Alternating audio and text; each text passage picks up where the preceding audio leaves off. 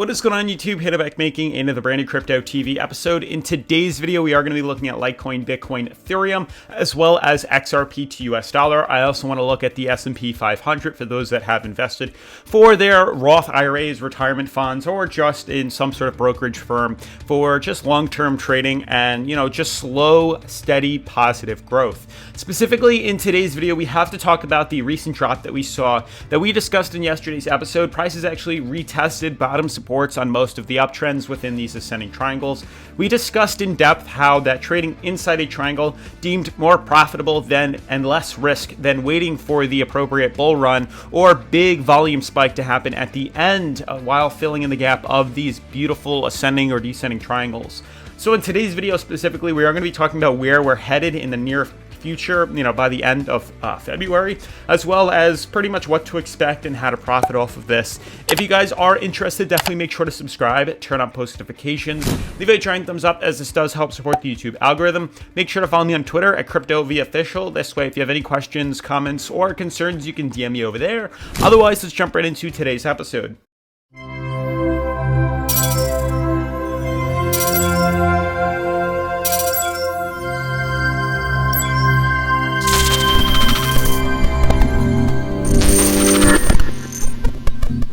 All right, quite funny. Before we start today's episode, I had actually a request to get rid of the fireside chat that we normally have here on the TV and actually put up an aquarium or a fish tank. So I decided to, incorporate that into the channel. If you guys like the fish tank, definitely leave a comment down below. Or if you like the fireside chats that we normally have, definitely make sure to leave a comment down below about that. I'm just curious as to what you guys like to see here in the videos as we have our discussions. If you guys have any other, opinion or thoughts of what I should be putting up on the display TV, definitely make sure to let me know in the comments down below, and I will definitely make sure to, I read all the comments, so I'll pick one out and, I'll display it here for tomorrow's episode. But to jump right into the video, huge shout out to everybody that watched yesterday's episode. We had over 18,000 views, absolutely insane. One of the best videos we have on the channel to date, and we actually are almost now at 29,000 subs on our way to 30K subscribers, which is incredible to see how well 2020 and 2021 is going.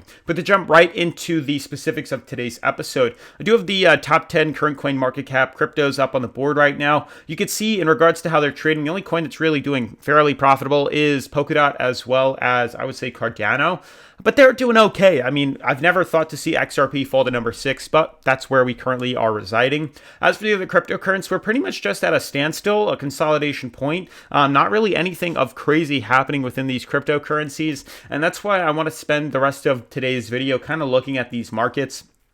As you guys can see, I do have XRP pulled up. To continue from where we where we discussed in yesterday's episode, we look okay. I mean, we definitely have the room and the availability to see the market swing back to 63 cents. That's honestly where I believe I can see the markets heading back to in the next couple of days. Honestly, today is the 16th of February, 3 more days to my birthday, and then I turn 23.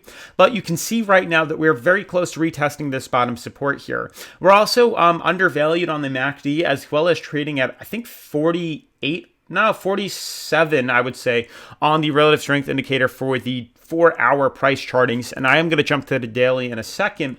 But you can see the way these charts are trending, we do have a clear clear resistance, a clear price ceiling, where we had a beautiful double top formation that led to the markets kind of dipping lower, and we've pretty much just been hanging out around that bottom support. So you can see, I do believe within the next couple of days, I mean, this coin ends right at around, or this ascending triangle ends right around the 22nd of February, and then we'll figure out and gauge whether or not we're going to be seeing a beautiful break to the upside, retest the last high of 2021, or we're going to see a correction and pull back down to the 4-hour moving average. So this is going to be up for debate once we get closer to there. I really don't want to focus in on that because it's not for a couple of days. We have probably around a week left before we have to make that decision. But for right now, I mean, markets are looking very good, honestly, in my opinion, for the market moving up with XRP back to 62 cents. I mean, this is a good buying opportunity, and I do think by today or tomorrow, I am going to be, paying quite a bit of attention to XRP's chart, seeing whether or not we bounce or retest this bottom support once again. If we do, there's a very good chance I will be buying in at the price right here. Or if you do buy in right here, definitely set a stop loss probably closer to 53 cents. in the hindsight that we do decide to dip lower.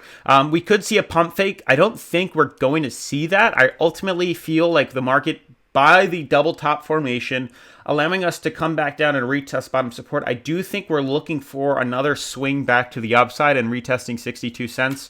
I would say literally by maybe the 19th or on the day of my birthday in the 3 days, I do think that XRP is going to see the consolidation that's needed for the markets to retest 63 cents. So I do believe in the short-term market, the next target I am planning to see the market go to is at the 63 cent resistance level. We did retest bottom support. You can see every time we retest bottom support, we end up drifting back above there and retesting top resistance. So at this point in time, if we don't retest 63 cents, I at least can anticipate the markets moving something like this, which will slowly bring us back up to 61 to 63 cents in that general area. I think the bottom support is in, and I don't think we're going to have much trouble staying above there. I'd be shocked if we decided to breach below there. Fortunately, XRP chart does not want to load on the daily. Every so often, the Wi-Fi does give us bugs, which is a pain in the ass. We'll see if this loads in. If it doesn't, oh well. That pretty much was the justification of what I had to say for the XRP movement. We'll let this load in, but moving on to these other cryptocurrency, this is where my main focus is too. I mean, when we look at these other altcoins and these other cryptos, the fact that Ethereum on the 4-hour really had its small dip, we corrected all the way back down and immediately reversed back up. There is a massive, and I mean massive, ascending triangle forming on this coin as well, which ends similarly to, XRP right around the 22nd to 23rd of February. This is good news. It seems to be that XRP and Ethereum for right now seem to be fairly in sync with each other. And if the coin does decide to follow suit, there's a good chance we'll see that coin decide to pop up. Now, XRP is slightly lower in regards to its ascending triangle than Ethereum is. Ethereum's kind of hanging out near the top, while XRP is kind of near the bottom support. But ultimately, you can see the same applies within Ethereum. Every time you retest this bottom support here, and I'll circle this, we have 1 right here, 2, we have 3. I mean, this just continues. Every single time we see the bottom support being retested, we end up immediately correcting back to the top. You can see we have boom, boom, boom, boom. I mean, it's over and over again. I really don't need to explain this, and you don't have to be a big professional trader to realize the similarities and the patterns within this 4-hour chart right here. So let me just remove these, and you guys can get the general understanding of what I'm referring to. Here we go with another commercial. Let's let that load away. All right, great. So basically what we're referring to and what we're looking at is for these prices to pop off, pop off, pop off.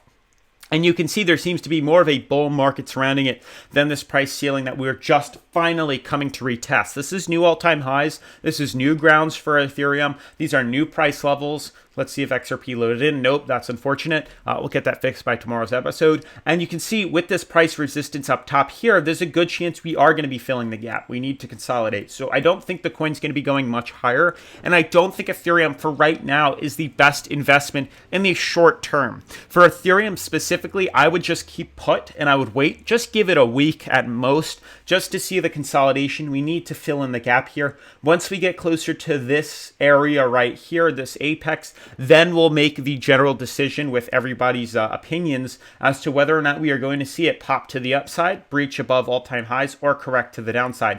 Obviously, there's a lot of factors that go into this movement. We'll obviously have to look at Litecoin, Bitcoin, and the other cryptocurrencies to get that general direction. But yes, I know a lot of you guys are going to comment, oh, well, he's saying the markets are going to pump up. Oh, or he also said the market's going to break down. Yeah. That's it. The weatherman also says it's probably going to rain. And then if it doesn't rain, he says, oh, yeah, there's a 60% chance now in another hour. And then when we get to that next hour, oh, there's a 50% chance in the next hour. That's how it is. That's what predicting the future is. They have big technical indicators that can help predict the weather. We have good technical indicators to help predict the price. It's the same possibility. So to give you probabilities, that's what we have to look at. There's I would say a 60% chance of the market's breaking up, 40% chance the market breaks down. But we're not going to know this until we get closer. All I can help say for a fact is that with the consolidation, we know the approximate time that this breakout is going to happen. We know that on the 22nd to 24th, we know that there's going to be a big pop in volume during that time period. So it's just awaiting that. We then can factor in that the second we see prices close above 1840 on Ethereum, that there's a good chance that the markets are going to lead to a bull market, and we'll be able to buy into that, snowball, hopefully before we see the massive explosion. Vice versa, if prices decide to close below this uptrend here and we close closer to 1700 or 1750, well, you know that there's a good chance markets are going to fall, and we could buy in for a short, and the market will correct, and we can capitalize off the snowball to the downside. That's how it works here. That's how we make money. That's how we play the game. And then moving into the other cryptos like Bitcoin, and I really want to talk about the S&P 500. The same thing is happening that's happening in Ethereum and within XRP. It's happening within Bitcoin. You can see I actually just drew all of 10 minutes ago this beautiful uptrend, this ascending triangle. There is a resistance here, a price ceiling. I'm going to move it up again. I mean, that's just how this market works. We have to just continue to adjust our patterns to the way these markets are forming. Unfortunately, what's interesting to me is the coin ends closer to, I would say, the 18th. I mean, I can slightly tweak this, maybe something like that. This pulls us closer to the 21st. That may be maybe the best analysis I can give. I mean, there are these other, formations here. Like if we draw it like this, you can see what I'm referring to. You can see now where it's acting as resistance, where we broke above, and it's now acting as a support. That comes very close to, the 17th of the 18th for a breakout within Bitcoin. But once again, this is pretty much what's going to set the market move for the next, I would say, month or two. The fact is, we are retesting top resistance. We all have to know that there is a bear drop coming. There is a bear market coming. And we have to now face the fear and the factor that if we don't break through the resistance of, I would say, 50K right now, granted that we got really close. I think we actually broke above 50K. That's actually incredible. If we don't close the daily candle above 50K, there's a good chance we are going to have to short this market as it corrects what I would think back down to bottom support at 44,000. Honestly, we just have to play it by ear. But in regards to investing right now into a short or right now into a long, stay clear of Bitcoin, stay clear of Ethereum. Let's wait for those coins to settle out within the next couple of days and focus on XRP because XRP is showing the most significant gain. Now, I would refresh this to the 4-hour. I don't think it's going to do anything. Oh, wow, that actually worked. That's ironic. But you can see there is some sort of leading uptrend within Litecoin as well. It's hard to gauge that. We do have resistance to a price ceiling, which can be drawn right here. And this breaks us right about the 21st as well. So very interesting the way all these coins are consolidating. This brings us right to the 21st of February. All the coins seem to be acting very similar, so we definitely have to be fairly focused on that. I would love it if XRP could load for us. It just seems like it just doesn't want to, and that's unfortunate. But lastly, I guess to wrap up today's video, as we look at the S&P 500, which is now, I think it broke above its prior high. I would like to think it did. I'm going to zoom in a little closer. Yeah. Yesterday, we actually closed above, once again, breaking all-time highs again. And I just think we're going to continue to see that positive, movement to the upside. We need these small dips in the price to allow us to pump higher than the last time. Notice where we are currently. When we were trading at 66, very close to overbought, the price was at 38.65 points. We saw a small dip in price to pull us back to the same, the exact same resistance on the relative strength indicator. We're now at 39.86. So we saw, from this dip, this was about a 4% correction. This allowed us to actually move in price up about, a little over or around 2%. So with the 3% dip, it allowed us to move up even higher. Ultimately, from the bottom, the price that it actually managed to jump was closer to, I would say, it actually managed to shoot up about 6.5%. And about 2% profit from the prior all-time high. So we don't look too bad. S&P 500 looks great in regards to the long term, but I do think all these markets are definitely overdue for a big correction, and then we'll pump higher. But that's pretty much going to wrap up today's video, guys. Definitely make sure to get us to 30K subs. Make sure to subscribe. Turn on post notifications. Leave a giant thumbs up as this does help support the YouTube algorithm, and I'll see you in tomorrow's video. Peace.